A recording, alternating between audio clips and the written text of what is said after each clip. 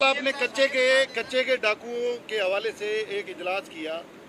अब ये समझ नहीं आ रहा कि जब वो कच्चे वाले मिक्स हो गए पक्के में, तो आप उनको किस तरह निकालेंगे? उनकी जो सियासी सरपरस्ती होती है इलाके वाइज, उसको किस तरह अलग करेंगे? तो ये क्या समझ नहीं आया। हमीद अगर सब समझा दूं आपको तो फिर उनको भी समझ आ जाएगी ना।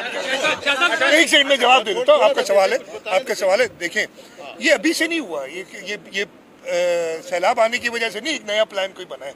आपको पता होगा, याद होगा कि 1 महीना पहले हमने एक मीटिंग की थी, इस पर कॉम्प्रिहेंसिव मीटिंग की थी। कल की मीटिंग मेरी उसका फॉलो अप थी कि जो टारगेट्स रखे थे उसमें क्या क्या है। और मैं ये बताते हुए खुशी हो रही है कि अल्हम्दुलिल्लाह जो टारगेट्स हमने अपनी पुलिस के लिए रखे थे, बाकी इदारों के लिए रखे थे, सब उन पे काम करें। और अगले हफ्ते एक और मीटिंग होगी इस सिलसिले में, और उसके रिजल्ट्स हो आगे हैं। शाह साहब ये बताएं कि कोई भी काम शाह साहब रकम के बगैर तो नहीं होता ना। रकम इस वक्त जब आप एनएफसी का मामला लेके जा रहे हैं तो कराची से ही कुछ वफाकी वज़रा है, वो कहते हैं कि एनएफसी शर्तों शुरूत पे होनी चाहिए, कुछ कहते हैं कि वफाक का हिस्सा बढ़ना चाहिए। ये एनएफसी में आखिर मामला है क्या? कोई मामला नहीं है। एनएफसी जो है वो उसकी कॉम्पोजिशन होती है, नेशनल फाइनेंस कमीशन आर्टिकल 160 के तहत होता है, जिसके अंदर चारों सूबों के फाइनेंस मिनिस्टर एक नुमाइंदा होता है, एक वफाक फाइनेंस मिनिस्टर जो थे वो करते हैं। वो अपने तरीके से करेंगे, कोई मामला नहीं, इंशाल्लाह सब करेंगे। ये फरमा दीजिए कि सिर्फ ये जो अभी खासतौर ये और ये आखिरी इसके बाद, हाँ, एफबीआर एक दफ़ा फिर नाकाम हुआ है और मनी बजट 50 अरब रुपए की उन्होंने कलेक्शन मजीद नहीं की। दूसरी बात ये फरमा दीजिए सर कि जो एफबीआर नाकाम हुआ है तो हमारी अपनी कलेक्शन भी मुतासिर हुई है इस सैलाब से? हमारी जो कलेक्शंस हैं ऑब्वियसली जब, और एक डिमांड बड़ी ये भी है हमारी कि जो एग्रीकल्चर इनकम टैक्स है उसको रिव्यू करना पड़ेगा, इसलिए कि फार्मर को आप बिल्कुल ख़त्म नहीं कर सकते, तो उसकी वजह से अफेक्ट ज़रूर होगी। साला एक कैटास्ट्रफी है जिसकी वजह से ज़रूर अफेक्ट होगी, और एफपीआर की भी कलेक्शंस अफेक्ट हुई हैं। तो आपके सवाल का जवाब ये अफेक्ट ज़रूर होगी, लेकिन इंशाल्लाह ताला हम अपने टारगेट्स को अचीव कर लेंगे। एफपीआर वाले तो हमारे, मैंने कहा था उधर, जैसे आपने सैलाब का बताया तो बड़े पैमाने पर लाइव स्टॉक और फसलें मुतासर हुई हैं, तो क्या आइंदा साल में कोई फूड क्राइसिस होगा? यार मैंने आपको बताया ना कि अगर हमने प्रॉपर स्टेप नहीं लिए, जो चेयरमैन बिलावल भुट्टो जरदारी साहब का विजन है कि एग्रीकल्चर इमरजेंसी प्रॉपरली इम्प्लीमेंट नहीं की, तो यस क्राइसिस होगा। बहुत क्लियर बात है। हमने ख़ास तौर पे गंदम, इस वक्त हम या तो ब्रेक इवन है या शायद हमारी गंदम की कमी हो जाएगी दिसंबर जनवरी के बाद। और उसकी वजूहत क्या है? वजूहत यही कि ना हमने प्रोक्योरमेंट की, ना हमने आसरा दिया। जब एक अच्छी कीमत आप देते हैं काश्तकार को, तो आपने देखा कि हमारे पास रिकॉर्ड गंदम की पैदावार हुई। लास्ट जो सीज़न गुजरा उसमें हमने नहीं दी, तो हमारी जो है 10-15% या 20% करीब कम हुई है पैदावार, और आगे जाके और प्रॉब्लम होगा। यही चीज़ें, यही बिलावल साहब बता रहे हैं कि जी आप एग्रीकल्चर इमरजेंसी लगाएं और इन फार्मर्स का सोचें। ये फार्मर्स का भला नहीं है, पूरे मुल्क का भला है इसमें। आखिरी सवाल है आपसे कह लेता हूँ, आखिरी कह लेता हूँ। बरसात होती है तो आप लोग शहर फसल का बहुत विजिट करते हैं, लेकिन यहाँ के आज लोगों ने शिकायत की है कि एक अरसे के बाद आज यहाँ सफाई हो रही है, गलियों का हाल शायद अगर आप गुजरे या आए हो तो आपको अंदाज़ा हो गया होगा। लोगों का ये कहना है कि यहाँ पर लोगों को अल्लाह का डर नहीं है, मुराद अली शाह का डर है, जिस तरह से आज सफाई हो रही है। इस पर आप क्या कहें? नहीं, देखो ऐसी बातें ना करें, गलत, मेरे ख्याल आपके सवाल गलत है। मैं इसलिए कि ये ऐसे ना करें, ऐसे ना करें। नहीं, मेरा कोई डर नहीं है, मैं तो यार कुछ नहीं करता हूँ। अल्लाह ताला रहमतुल आलमीन है और उनका डर नहीं होता, उनकी रहमत के लिए सब दुआ मांगते हैं। हाँ, प्रॉब्लम्स हैं, मैं आपको बताता हूँ, और यही चीज़ें हम कई बार कह चुके हैं, इसकी बात कर चुके हैं कि अनफॉर्चुनेटली हमारे सारे इदारे जो है ना वो एक यूनिसन में काम नहीं कर रहे, और एक हेड मेयर इस पर काफ़ी बात कर चुके हैं। टाउन्स हैं, फिर टाउन्स, इंडस्ट्रियल एरियाज़ हैं, इंडस्ट्रियल एरियाज़ कहीं कंटोनमेंट्स हैं, कहीं केपीटी है, तो कहीं जो है सिविल एविएशन अथॉरिटी। ये सारी चीज़ें ना मिलने की वजह से ये प्रॉब्लम कराची में क्रिएट होता है, लेकिन जिम्मेदारी हमारी है और इंशाल्लाह उस पर काम करेंगे। सिंध में जो सैलाब की सूरत हाल है, पानी कम हो रहा है, अब सिंध के वहाँ मुतमईन हो जाए, सुपर फ्लड आएगा नहीं आएगा? बिस्मिल्लाहिर्रहमानिर्रहीम। अच्छा कि आपने ये सवाल किया। सबसे पहले तो मैं अपनी ये बात शुरू करने से पहले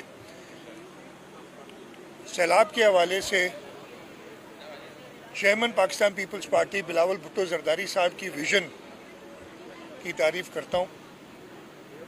जैसे ये सैलाब आया था, चेयरमैन साहब ने कहा कि पंजाब टूर करते के बाद कि जी इमीडिएटली आप एग्रीकल्चर इमरजेंसी लगाएं और जो किसानों का नुकसान हुआ है उसका कोई हल निकालें, अदरवाइज़ आपके पास जो फूड सिक्योरिटी के प्रॉब्लम्स होंगे वो आपसे संभाले नहीं जाएंगे। चेयरमैन साहब की इस बात का मैं शुक्रगुजार हूँ। प्राइम मिनिस्टर ने एक्शन लिया और उन्होंने एग्रीकल्चर इमरजेंसी लगाई है। उन्होंने एक कमेटी भी बनाई है वफाक के लेवल पे, जो कि सूबों के भी नुमाइंदे इसमें हैं कि इसका हल निकाले। और हुकूमत सिंध ने चेयरमैन बिलावल भुट्टो जरदारी साहब की हिदायत के मुताबिक ऑलरेडी अपना एक पैकेज का खाका तैयार कर लिया और मैंने पहले भी कहा कि अगले हफ्ते इंशाल्लाह हम उसको अनवेल करेंगे कि हम कैसे सपोर्ट कर रहे हैं फार्मर्स को। चेयरमैन साहब की विजन थी, उन्होंने आज से बहुत पहले कहा कि आप एक फ्लैश अपील करें इंटरनेशनल कम्युनिटी को, यूनाइटेड नेशंस के थ्रू, कि वो मदद करें। वो भी जहाँ तक मुझे इत्तला है कल एक मीटिंग प्राइम मिनिस्टर साहब ने की है और मुझसे चीफ सेक्रेटरी साहब ने पूछा, तो मैं नहीं था मीटिंग में, चीफ सेक्रेटरी थे। उन्होंने मीटिंग के दौरान पूछा कि जी प्राइम मिनिस्टर कह रहे हैं कि हमें यूएन में अपील करनी है कि हुकूमत सिंध इसको सपोर्ट करती है, तो हमने उसी वक्त कहा जी बिल्कुल सपोर्ट करते हैं। और जहाँ तक मुझे पता चला बाकी हुकूमतों ने भी उसको सपोर्ट करने की बात की, तो ये भी बिलावल भुट्टो जरदारी साहब की विजन थी। जैसे ये फ्लड आया, बारिशों का पता चला, कराची में बरसातें हुई, फिर ये जब ख़ास तौर पे चनाब के अंदर फ्लड आया और फिर रावी और सतलज के अंदर, तो हुकूमत सिंध ने अपनी तैयारी शुरू कर दी थी। और मैंने यही कहा था कि जी हमारी प्रायोरिटीज़ ये होंगी, सबसे पहले लोगों की जान बचानी है, फिर हमने अपने बराजिस को सेव करना है, तीसरा हमने अपने जो डाइक्स हैं, बंद जो होते हैं, उनको सेव करना है। अल्लाह ताला का शुक्र है जो पीक थी फ्लड की गुड्डू बराज से, वो अब रिडक्शन शुरू हो गई है। इस वक्त सक्खर बराज पे पीक है और इंशाल्लाह आज के दिन में मैं एक्सपेक्ट कर रहा हूँ कि वहाँ पे भी रिडक्शन शुरू हो जाएगी। गुड्डू से लेके सक्खर तक जो बड़े वल्नरेबल पॉइंट्स थे आपने भी सुने होंगे, के बंद, शैंक बंद, टोड़ी बंद, जो अनफॉर्चुनेटली 2010 में भी ब्रीच हुआ था। और उसके साथ साथ वहाँ पे और इश्यूज़ भी थे, लॉ एंड ऑर्डर के इश्यूज़ आप सबको पता है। डिस्पाइट ऑल दिस अल्लाह ताला का शुक्र है कि वो बंद सेफ रहे।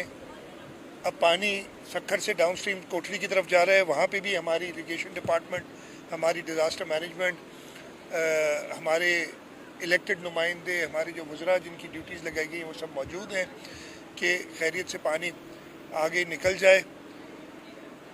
इस पूरे और इंशाल्लाह कोठरी तक पहुँचेगा। कोठरी में आज से हफ्ता बाद तकरीबन, या हफ्ते से 10 दिन के अंदर पीक आएगी और हम काफ़ी ऐसे रब के ऊपर दुआ है कि हमें कामयाब करे और ये पानी खैरियत से गुजर जाए। इस पूरे सिंध के अंदर जो सैलाब की तैयारी थी, मैं शुक्रगुजार हूँ हर एक का कि उन्होंने अपना रोल प्ले किया है। चाहे हुकूमत का तो करना ही था, हमारे इरिगेशन डिपार्टमेंट, हमारा डिज़ास्टर मैनेजमेंट, हमारी ज़िले इंतज़ामिया, हमारी हेल्थ, हमारी लाइफ स्टॉक डिपार्टमेंट, इन सब ने काम किया है। लोकल लोगों ने बेइंतहा कोऑपरेट किया है। जो हमारी हिदायत थी, हम तो इसलिए कि हमें तो कहा गया, जो प्रेडिक्शन थी कि 8 लाख से 11 लाख या उससे भी ज़्यादा क्यूसेक, 11 लाख क्यूसेक से ज़्यादा पानी आएगा, तो हमने उसके लिए प्रिपेयर किया था। अगेन ये मैं नहीं कह रहा कि हम कुछ भी हो जाता, तो मैं तकब्बुर करने वाला शख्स नहीं हूँ। अल्लाह ताला की मेहरबानी रही है कि ये अभी तक खैरियत से गुजरा और आगे भी उनसे अल्लाह ताला से दुआ है कि ये खैरियत से गुजरे। और मैं मीडिया का भी शुक्रगुजार हूँ कि बाय एंड लार्ज कोई ऐसी कभी कभी हो जाता है पैनिक फैलाने वाली बातें, अभी भी वैसे खैर वो आती हैं कि जी फलाना गांव डूब गया, फलाना, भाई कच्चे आया है, कच्चे के अंदर मैं ये कहूँगा तो फिर नाराज़ हो जाते हैं लोग, लेकिन लोग काफ़ी तो खुश होते हैं कि इनकी जो लोग कच्चे के रहने वाले हैं, आप पूछ लें कादिर से, वो बताएगा कच्चे में आप तो हैं काछे के, लेकिन जानते कच्चे वाले को भी जानते। बड़ी ज़रूरत है पानी की तो वो खैर, लेकिन जो जिसको भी थोड़ी सी भी तकलीफ होती है, हम मौजूद हैं और इंशाल्लाह ताला उनका ख्याल रखेंगे। सदर साहब गए हुए हैं चीन, वहाँ एक बहुत सारे साइनिंग हो रही है। एक मुआहिदा साइन हुआ है कि थर कोल से गैसिफिकेशन का मुआहिदा है। सिंध हुकूमत ने साल 2008 और 9 में डॉक्टर समर मुबारक को मंसूबा दिया था, ये अलग चीज़ है, लेकिन वो नाकाम हुआ था। इस पे पैसे खर्च किए जा रहे हैं।